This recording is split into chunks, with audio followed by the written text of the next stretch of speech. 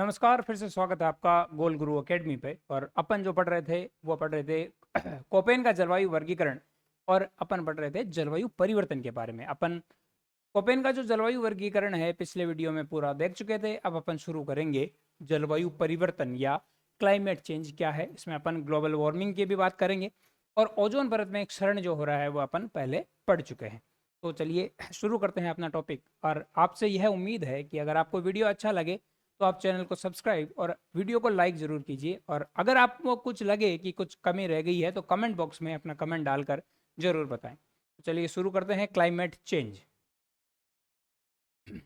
अब बात करते हैं कि क्लाइमेट चेंज जो है, वैसे अगर अपन क्लाइमेट चेंज देखें तो क्लाइमेट चेंज शुरू से होता आ रहा है, लेकिन यह पहले जो होता था उसको क्लाइमेट चेंज को होने में, जलवायु परिवर्तन को होने में बहुत अधिक समय लगता था।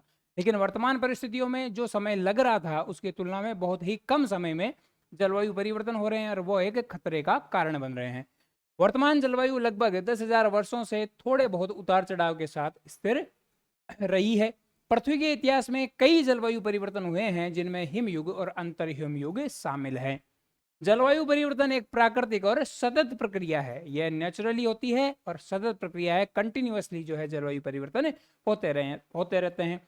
पहले यह भी स्थिति थी कि पृथ्वी पर पूरी जो है पृथ्वी यह बर्फ से ढकी हुई थी। उसके बाद में ऐसी स्थितियां आई कि उस बर्फ की जगह धीरे धीरे जलवायु परिवर्तन से किसी क्षेत्र में रेगिस्तान, किसी क्षेत्र में बर्फ पुनः जम गई।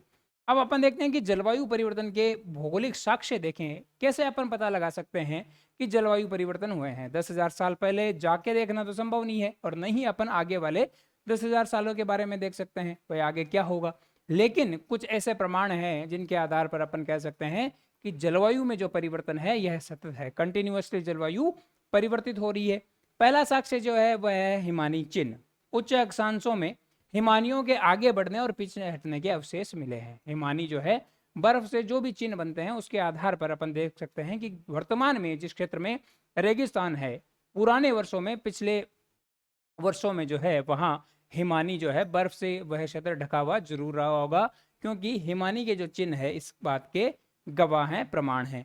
दूसरा है अवसाद निक्षेपण। जो अवसादों का निक्षेपण होता है, डेपोजिशन होता है एक क्षेत्र में, तो उन अवसादों को देखकर अपन पता लगा सकते हैं कि किसी अवसादी परत में जो है उस समय क्या जलवायु रही होगी, तापमान क्या रहा होगा, वर्षा की स्थिति क्या रही होगी, वह क्षेत्र बर्फ से ढका हुआ था या नहीं ढका हुआ था। तीसरा जो साक्ष्य है वह है वृक्ष वलय। वृक्ष वलय जो होती है ये अपना वृक्ष है और उसके बीच में आप अगर देखोगे तो ये गोल गोल सी रिंग पाई जा रही है। ये गोल गोल रिंग्स जो है इन्हें बोलते हैं वृक्ष वलय। और इन रिंग के आधार पर, प्रत्येक रिंग के आधार पर अपन देखते हैं कि उस समय उस क्षेत्र में जो है नमी की स्थिति क्या थी, तापमान क्या रहा होगा। तो यह भी एक साक्ष्य हो जाता है अपने को जलवायु परिवर्तन के बारे में बताने के लिए। ऐतिहासिक अभिलेखों में भी अपन देखते हैं कि उन्हें बताया गया है कि जलवायु परिवर्तन एक सतत प्रक्रिया है। आगे देखते हैं कि भारत में अगर देखें जलवायु परिवर्तन के साक्ष्य, तो पहले अपन देखते हैं कि 8,000 वर्ष पूर्व राजस्थान की जलवायु कैसी थी, आर्द्र व शीतल थी। वर्तमान में आपको पता ही है क्या स्थिति है। और 3,000 से 1700 ईसा पूर्व तक वर्षा अधिक होती थी और अधिक वर्षा के कारण ही हड़प्पा सभ्यता जो है फली फूली इस क्षेत्र में। फिर अपन देखें 1700 ईसा पूर्व के बाद, तो 17 ईसा पूर्व के बाद जो है 1700 ईसा पूर्व के बाद जो है शुष्कता बढ़ी और मरुस्थलीकरण हुआ। वर्तमान में अगर देखें तो मरुस्थल की स्थिति अपने को देखने को मिलती है, खासतौर से पश्चिमी राजस्थान में। भूवैज्ञानिक काल में जलवायु परिवर्तन, तो 50 से 30 करोड़ वर्ष पूर्व जो है पृथ्वी गर्म थी। फिर प्लेस्टोसीन युग आया। प्लेस्टोसीन युग में हिमयुग और अंतर हिमयुग का दौर रहा।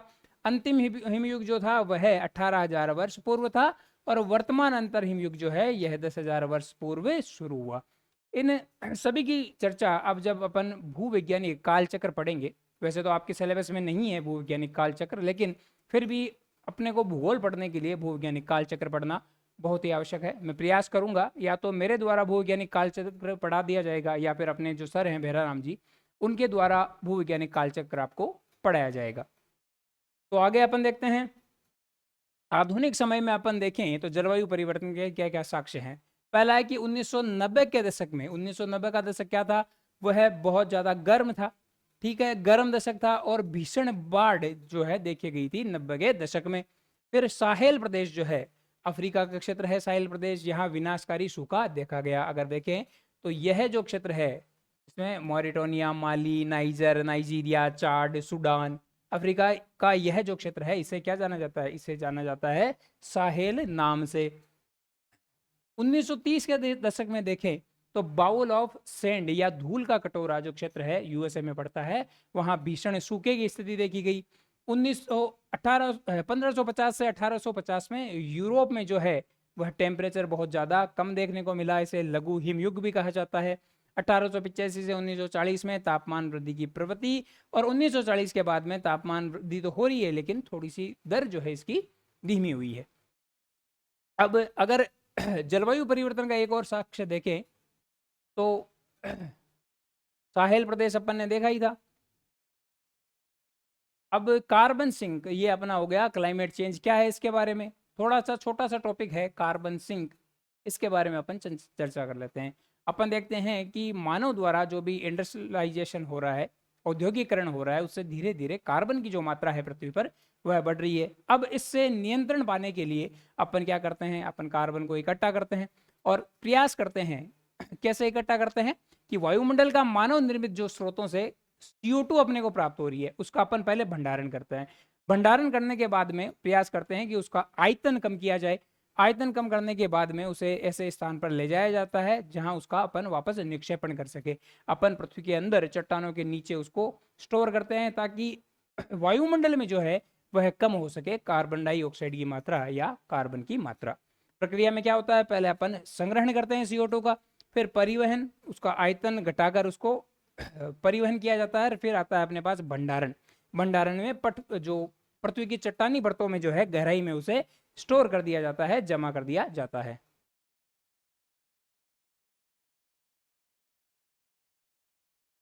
अब जलवायु परिवर्तन के कारक देखते हैं, क्या क्या कारण है कि पृथ्वी पर जो है जलवायु परिवर्तन देखने को मिलता है। मेनली दो कारण है। पहला कारक है खगोलीय कारक और दूसरा है पार्थिव कारक। खगोलीय कारकों की चर्चा करें, खगोलीय कारक का अर्थ है कि आकाश से संबंधित जो भी घटनाएं हैं उससे जलवायु परिवर्तन किस प्रकार हो रहा है। और दूसरा है पार्थिव कारक। पार्थिव कारक में आएगा कि पृथ्वी से संबंधित कौन सी घटनाएं हैं जिससे जलवायु परिवर्तन होता है। पार्थिव कारक, खगोलीय कारक में या एस्ट्रोनॉमिकल कॉजेज में पहला अपन लेते हैं सौर कलंक, सनस्पॉट्स। ये आप सूर्य की पिक्चर देख रहे हैं और उसमें ये जो आपको स्पॉट दिख रहे हैं, काले काले धब्बे दिख रहे हैं, यही होते हैं सौर कलंक। हर 11 वर्षों के बाद में जो है सौर कलंक अपने को स्थिति मिलती है सूर्य के आसपास। सौर कलंक क्या है? इस काले वाले क्षेत्रों को अपन इस प्रकार समझ सकते हैं कि बाकी जो क्षेत्र है उससे सौर विकिरण अधिक मात्रा में निकल रहा है। बाकी क्षेत्र में टेम्परेचर जो है वह लगभग कितना होता है? वह लगभग हो जाता है, बाकी क्षेत्र में टेम्परेचर जो है वह लगभग है 5500 डिग्री सेंटीग्रेड। लेकिन जहां सौर कलंक होता है वहां टेम्परेचर भी कम हो जाता है क्योंकि वहां से सौर विकिरण की मात्रा जो है वह भी कम निकल रही है। यहाँ टेम्परेचर जो है लगभग 3300 डिग्री के आसपास निकल जाता है। तो सौर कलंक के कारण जो है जलवायु परिवर्तन होते हैं क्योंकि अब जो है इन क्षेत्रों से सौर विकिरण की मात्रा कम निकल रही है। दूसरा है मिलेनकोविच दोलन। मिलेनकोविच दोलन को इस प्रकार समझेंगे, मिलेनकोविच एक वैज्ञानिक थे। उन्होंने बताया कि जलवायु परिवर्तन के लिए जो है पहला जिम्मेदार है कि पृथ्वी जो है उसकी कक्षा में घूर्णन। किस प्रकार से? भाई पृथ्वी, मिलेनकोविच ने यह बताया कि कुछ समय के लिए पृथ्वी जो है वर्ताकार कक्षा में चक्कर लगा रही है और उसके बाद में जो है पृथ्वी दीर्घ वर्ताकार कक्षा में चक्कर लगाती है। तो दीर्घ वर्ताकार कक्षा में चक्कर लगाते समय कभी पृथ्वी सूर्य के नजदीक होती है और कभी पृथ्वी सूर्य से दूरी पर स्थित होती है। जब पृथ्वी सूर्य के नजदीक होगी तो सौर विकिरण अधिक प्राप्त हो रहा है और दूर की स्थिति में क्या होगा? सौर विकिरण की मात्रा भी कम होती है। तो इस प्रकार जो है अपने को क्लाइमेट चेंज की स्थिति देखने को मिलती है। दूसरा है अक्षीय झुकाव। तो पृथ्वी के अक्षीय झुकाव के कारण भी अपने को क्लाइमेट चेंज देखने को मिलता है। तो ये सभी कारण बताए मिलेनकोविच के द्वारा।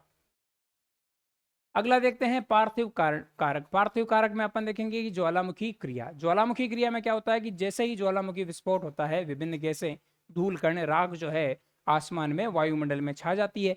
अब क्योंकि वायुमंडल की परत जो है धूल कणों द्वारा ढक ली जाती है तो जो सौर विकिरण आनी चाहिए पृथ्वी के पास वह संपूर्ण रूप से नहीं पहुंच पाती और जिसके कारण लंबे समय तक धूल कणों का वायुमंडल में उपस्थित होने के कारण क्लाइमेट चेंज की, जलवायु परिवर्तन की परिस्थितियां बनती है। अब जलवायु प्रवासी वैसे अपने लिए जो है लैब असिस्टेंट के लिए यह इंपॉर्टेंट नहीं है, लेकिन जलवायु प्रवासी को अपन इस प्रकार से समझ सकते हैं कि जलवायु परिवर्तन के कारण लोगों को माइग्रेट करना पड़ता है, प्रवास करना पड़ता है, वही लोग जलवायु प्रवासी कहलाते हैं। क्या क्या कारण हो सकते हैं? भाई बाढ़ व सूखे की स्थिति है तो लोग उस क्षेत्र को छोड़ के दूसरे स्थानों पर जाएंगे। मरुस्थलीकरण के कारण कोई भी जो है मरुस्थल में रहना नहीं पसंद करेगा, उसे चाहिए कि ऐसी जगह हो जहां वह कृषि आसानी से कर सके। तीसरा है समुद्र स्तर में वृद्धि, समुद्र स्तर में वृद्धि होगी तो लोगों को वह क्षेत्र छोड़ना पड़ेगा।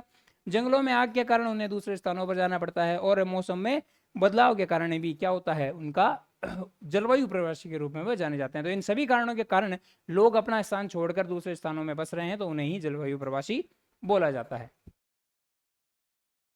अब अपन देख रहे हैं भूमंडलीय उष्मन या ग्लोबल वार्मिंग। अपन ने देखा था ग्रीन हाउस गैसों के बारे में। तो इन ग्रीन हाउस गैसों के कारण पृथ्वी का जो तापमान है वह बढ़ रहा है, और यही क्रिया ग्लोबल वार्मिंग या भूमंडलीय उष्मन कहलाता है। तो भूमंडलीय उष्मन में अपन देख लेते हैं भाई कारण क्या है, कौन कौन सी गैसें हैं ग्रीन हाउस में जिनके कारण भूमंडलीय उष्मन या भूमंडलीय तापन हो रहा है। पहले अपन देख लेते हैं कि ग्रीन हाउस क्या है। अपन ठंडे क्षेत्र में देखें तो इस प्रकार का कांच का एक घर बनाया जाता है ठंडे क्षेत्र में, क्योंकि सौर विकिरण जो है प्रॉपर नहीं मिल रही है, तो इस प्रकार का घर बनाकर, कांच का एक घर बनाकर जो भी कृषि की जाती है, पेड़ पौधे सब्जियां वगैरह जो है इसके अंदर उगाई जाती है। क्यों उगाई जाती है? कि जितनी भी मात्रा सौर विकिरण की आ रही है, यह कांच ट्रांसपेरेंट होता है, तो सौर विकिरण अंदर तो चला जाता है लेकिन पुनः जो है वह बाहर नहीं आ पाता, जिसके कारण इस रूम के अंदर जो है टेम्परेचर अधिक होता है, और अधिक होने के कारण आसानी से वह कृषि कर पाते हैं, सब्जियां वगैरह जो है आसानी से उगा पाते हैं। जब यही स्थिति पृथ्वी पर देखने को मिलती है, संपूर्ण पृथ्वी पर देखने को मिलती है, तो उसे अपन बोलते हैं ग्रीन हाउस इफेक्ट। इसी के नाम के आधार पर ग्रीन हाउस इफेक्ट नाम लिया गया, ग्रीन हाउस प्रभाव नाम लिया गया। अब अपने को पता है कि भाई कोई भी चीज जितनी गर्म होती है उससे जो विकिरण निकलेगी उसकी तरंग दैर्ध्य उतना ही कम होगा, और कोई भी चीज जितनी ठंडी होती है उससे जो विकिरण निकलती है उसका तरंग दैर्ध्य उतना ही अधिक होगा। तो सूर्य अधिक गर्म है, उससे सौर विकिरण निकली, और सौर विकिरण किस रूप में निकलेगी? लघु तरंग दैर्ध्य के रूप में। और पृथ्वी जो है यह सूर्य की तुलना में कम गर्म है, इससे जो विकिरण निकलेगी वह दीर्घ तरंग दैर्ध्य के रूप में निकलेगी। तो CO2 जो होती है वायुमंडल में फैल रही है, और इसके कारण जो लघु तरंग दैर्ध्य वाली सौर विकिरण आ रही है उसके लिए तो क्या होती है, वह पारदर्शी होती है, ठीक इसी शीशे की तरह। और जब पृथ्वी से वापस दीर्घ तरंग दैर्ध्य वाली विकिरण निकलती है, तो जिस प्रकार यह कांच यहाँ काम कर रहा था उसी प्रकार CO2 गैस काम करती है। इस दीर्घ तरंग दैर्ध्य वाली विकिरण को यह वायुमंडल से बाहर नहीं जाने देती, इसको परावर्तित कर पुनः पृथ्वी की ओर भेज देती है, जिससे धीरे धीरे सौर विकिरण की मात्रा पृथ्वी पर बढ़ती जाती है, और अपने को टेम्परेचर में जो है वृद्धि की स्थिति मिलती है, जिसे ही क्या बोला जाता है? जिसे ही बोला जाता है भूमंडलीय तापन। ये वापस दीर्घ तरंग दैर्ध्य के रूप में पार्थिव विकिरण गई और इनसे टकराकर पुनः परावर्तित होकर पुनः पृथ्वी पर ही आ गई, जिसको अंतरिक्ष में जाना था। कौन कौन सी गैसें हैं? CO2 है, CO2 से टकराकर पुनः ये पृथ्वी की ओर आ रही है। ग्रीन हाउस गैसों के बारे में देख लेते हैं। सबसे अधिक, क्योंकि इन सभी गैसों में सबसे अधिक मात्रा किसकी है? कार्बन डाइऑक्साइड की है, इसीलिए कार्बन डाइऑक्साइड जो है सर्वाधिक प्रभावित करता है ग्रीन हाउस इफेक्ट को। कारण क्या होता है कार्बन डाइऑक्साइड के? कारण होते हैं जीवाश्म ईंधन और वनों की कटाई के कारण CO2 की मात्रा बढ़ रही है। फिर मीथेन भी जो है ग्रीन हाउस प्रभाव के लिए जिम्मेदार गैस है। CH4 रासायनिक सूत्र हो गया। कृषि, पशुपालन और अपशिष्ट पदार्थों के द्वारा मीथेन गैस का उत्सर्जन होता है। उसके बाद में तीसरी जो है वो आती है नाइट्रस ऑक्साइड, इसे N2O बोला जाता है। यह उर्वरक जो होते हैं उसमें अपने को नाइट्रस ऑक्साइड देखने को मिलता है। फिर है क्लोरोफ्लोरोकार्बन, जो फ्रिज से जो गैस निकलती है वह CFC या क्लोरोफ्लोरोकार्बन होती है। ओजोन गैस है। ओजोन अगर अपन समताप मंडल में देखें तो बहुत ही बढ़िया गैस है, क्योंकि यह सूर्य से आने वाली पैराबैंगनी किरणों से अपनी रक्षा करता है। लेकिन जब ओजोन गैस की मात्रा सतह के आसपास बढ़ने लगती है तो यह ग्रीन हाउस इफेक्ट की तरह कार्य करती है, ग्रीन हाउस इफेक्ट में मदद करती है। तो यह सभी अपन ने गैसें देख ली, मेनली जो गैसें हैं ग्रीन हाउस इफेक्ट के लिए वो ये सब है। इन सभी गैसों का आपको नाम याद रखना है: CO2, methane, nitrous oxide, chlorofluorocarbon और ओजोन। अब है कि भूमंडलीय उष्णन के प्रभाव क्या है। तो पहला प्रभाव तो अपन ने देख लिया भाई, इससे क्लाइमेट चेंज हो रहा है, जलवायु परिवर्तन हो रहा है। समुद्र स्तर में वृद्धि, भाई जैसे जैसे बर्फ पिघलेगी समुद्र में पानी की मात्रा बढ़ेगी, और ग्रीन हाउस गैस के कारण टेम्परेचर बढ़ रहा है, बर्फ पिघलेगी और समुद्र के स्तर में वृद्धि होगी। तीसरा कारक अगर देखें तो पारिस्थितिकी तंत्र पर प्रभाव। भाई निश्चित टेम्परेचर के लिए कुछ जीव होते हैं वो आसानी से अपना जीवन यापन कर सकते हैं, लेकिन टेम्परेचर में परिवर्तन के कारण, उतार चढ़ाव के कारण या अधिक होने के कारण जो है पारिस्थितिकी तंत्र जो होगा, जीव जो होंगे वह भी प्रभावित होंगे। कृषि और खाद्य सुरक्षा पर प्रभाव। भाई अगर टेम्परेचर लगातार बढ़ रहा है तो जो फसलें होनी चाहिए निश्चित टेम्परेचर पर वो नहीं होगी, और खाद्य चीज़ें जो है होगी अपने को समय पर नहीं मिलेगी, या उनका उत्पादन जो है वह अत्यंत कम हो जाएगा। अगला देखते हैं कि सामाजिक और आर्थिक प्रभाव। जलवायु परिवर्तन से जुड़ी आपदाओं के कारण आर्थिक नुकसान हो रहे हैं। मान लो बाढ़ आ गई तो जो भी खेती वगैरह होगी, जो भी निवास के स्थल जो होंगे वो सारे नष्ट हो जाएंगे, जिससे सामाजिक और आर्थिक नुकसान मानव को झेलने पड़ेंगे। अब है ग्रीन हाउस गैसों को नियंत्रित करने के लिए क्या क्या प्रयास किए गए। तो सर्वप्रथम अगर प्रयास देखें तो वह प्रयास था क्योटो प्रोटोकॉल। क्योटो जो है एक जगह है जापान में, वहाँ विश्व के विभिन्न देश जो हैं मिलकर उन्होंने चर्चा की ग्रीन हाउस इफेक्ट के बारे में, क्लाइमेट चेंज के बारे में, जिसमें बताया गया कि 1997 में यह बैठक हुई और इसके जो भी नियम थे, रूल्स जो थे, जो जो बनाए गए, वो 2005 से लागू किए गए। 141 देशों ने इसे स्वीकार किया। विकसित देशों को 1990 के स्तर से, 1990 में जो भी इमिशन था ग्रीन हाउस इफेक्ट गैसों का, उन्हें 2012 तक 5% कम करने का लक्ष्य दिया गया। तो क्योटो प्रोटोकॉल पहले तो है भाई कहाँ हुआ, ये याद रखना है, कहाँ हुआ, क्योटो में हुआ। और दूसरा याद रखना है कि इसका टारगेट क्या था, लक्ष्य क्या था। लक्ष्य यही था भाई 1990 में जो भी इमिशन हो रहा है, जो भी उत्सर्जन हो रहा है गैसों का, उन्हें कितना कम करना है, उन्हें लगभग 5% तक कम करना है। कब तक कम करना है, 2012 तक। दूसरा है पेरिस एग्रीमेंट, या इसे पेरिस समझौता भी बोला जाता है। इसमें क्या हुआ, कब हुआ, ये पहली बात तो है 2015 में हुआ। वैश्विक तापमान वृद्धि को 2 डिग्री से नीचे रखने का लक्ष्य है। भाई प्रयास किया जाए कि तापमान को जो है अपन 2 डिग्री से अधिक नहीं बढ़ने दे। देशों को अपने राष्ट्रीय स्तर पर निर्धारण योगदान, इसमें बताया गया भाई अलग अलग देशों को अलग अलग टारगेट दिए गए। भाई आप प्रयास कीजिए कि जो तापमान में वृद्धि है, जो ग्रीन हाउस गैसेस उत्सर्जन हो रहा है, उनका उत्सर्जन आप इस लिमिट तक ही करें। अन्य प्रयास देखें तो कार्बन टैक्स है, कार्बन व्यापार है, अक्षय ऊर्जा स्रोत जो है, रिन्यूएबल एनर्जी वाले जो स्रोत है उनका अधिक से अधिक प्रयोग किया जाए, वृक्षारोपण किया जाए और वनों की रक्षा के लिए कार्यक्रम किए जाए। समाधान व रोकथाम देख लिए, व्यक्तिगत स्तर पर ऊर्जा की बचत की जानी चाहिए, सार्वजनिक परिवहन का अधिक प्रयोग करें, प्रदूषण कम करें, प्लास्टिक के सामानों का उपयोग कम करें, औद्योगिक और सरकारी स्तर पर प्रयास जीवाश्म ईंधन पर निर्भरता कम करके, जैसे अभी वर्तमान में अपन देखें तो इलेक्ट्रिक गाड़ियां जो है वो अधिक चल रही है। उद्योगों से ग्रीन हाउस गैसों के उत्सर्जन को नियंत्रित प्रयास किया जाए कि जो भी ग्रीन हाउस गैसेस निकल रही है उनका उत्सर्जन कम से कम किया जाए। तो इसी के साथ ये अपना जो चैप्टर था जलवायु परिवर्तन से संबंधित वो यही खत्म होता है। उम्मीद है आपको वीडियो पसंद आया होगा, और अगर वीडियो पसंद आया है तो वीडियो को लाइक जरूर कीजिए और चैनल को सब्सक्राइब भी जरूर कीजिए। Thank you.